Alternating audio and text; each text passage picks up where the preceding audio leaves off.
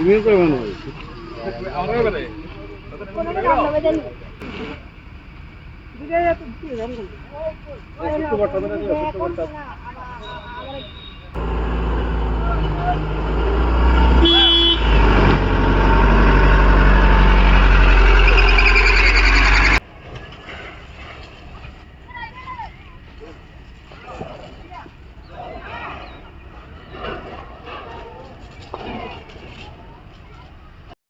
আগুনটা কিভাবে লাগছে তো কোথায় না, কিন্তু আমরা হঠাৎ করে দিই যে আগুন জ্বলতেছে, দাউ দাউ করেছিল জ্বলতেছে। পরে আমি তো বাইক থেকে এখানে বাইকতে জল টোলাই নিয়েছিলাম, এই জায়গাটা কন্ট্রোল করছে, কারণ কারেন্টের তার আছে, কারণ সবারই তো জনসাধারণের উপকার করতেছে।